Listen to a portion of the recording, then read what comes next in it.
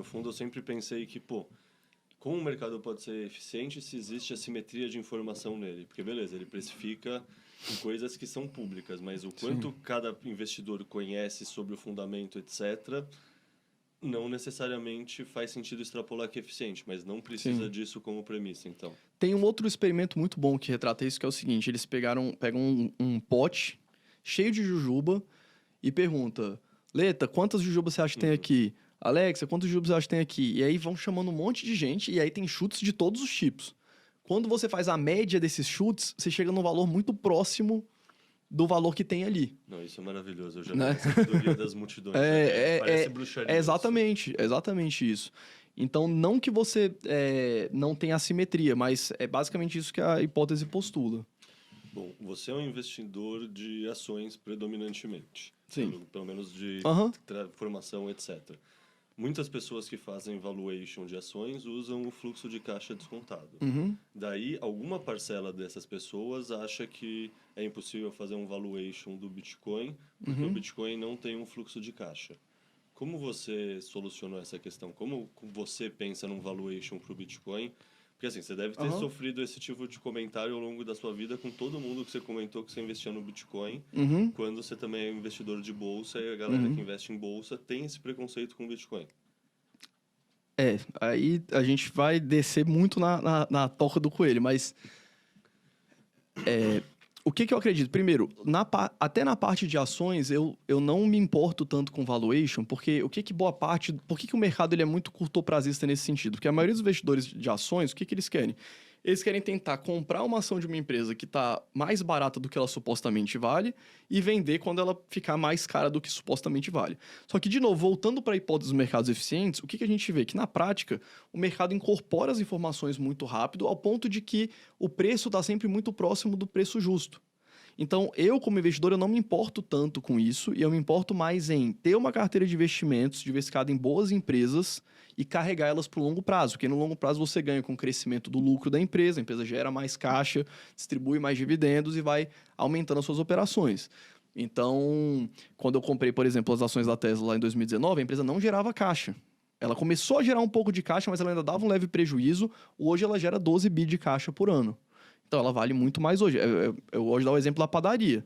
Se você compra uma padaria que dá 100 mil reais de caixa de resultado por ano, e você melhora essa padaria, deixa ela mais eficiente, eventualmente até pega esse lucro, abre outra padaria, sua empresa daqui 5, 6 anos vai estar valendo mais do que o que você pagou nela lá atrás. No caso do Bitcoin, a grande. É porque eu acho que foge um pouco da lógica de você ter um equity da vida real, vamos botar assim.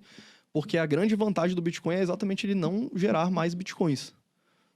É a escassez dele, né? Então a maravilha dele é exatamente ele não ter fluxo de caixa. E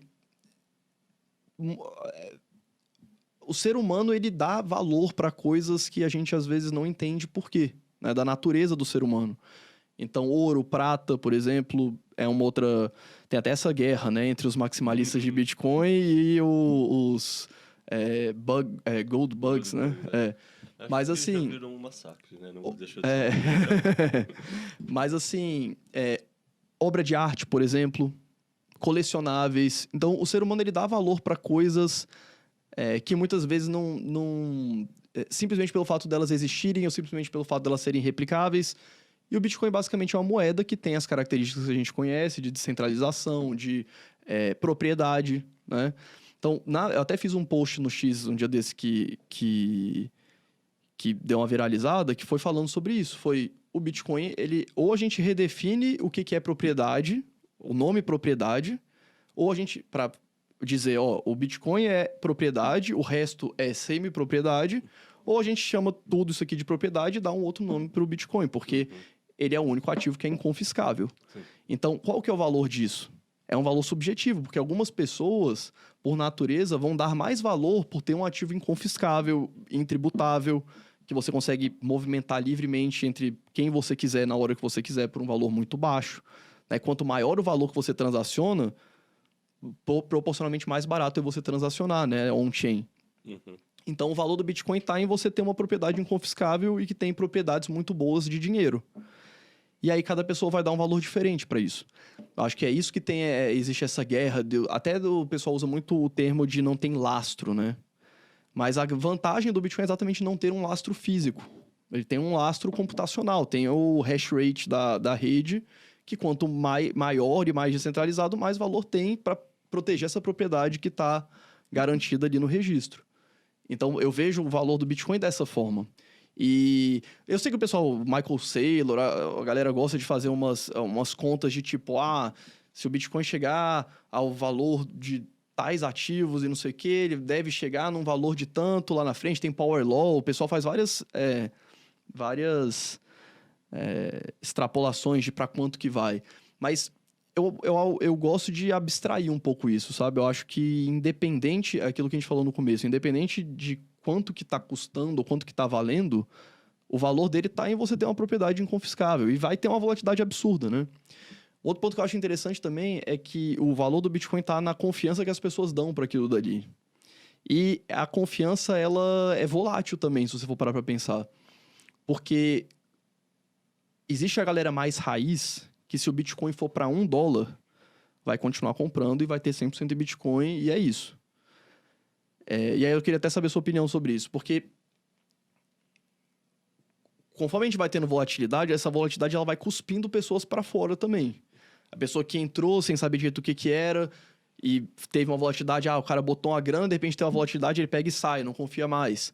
Ou esses períodos de descrença que normalmente acontecem ali entre os halves, né? Tipo, o Bitcoin sobe muito, pelo menos a gente viu isso nos últimos ciclos, e aí ele fica ali alguns anos, ou, por exemplo, o último ciclo, né? Ele saiu de $60 mil, e aí me corrija, chegou nos 16, chegou ali e ficou um tempo, uns 2 anos ali.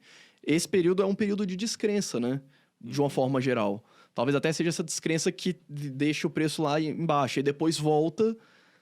Só que até qual ponto, quanto de queda é preciso ter para que muita gente, para que as pessoas saiam numa descrença generalizada?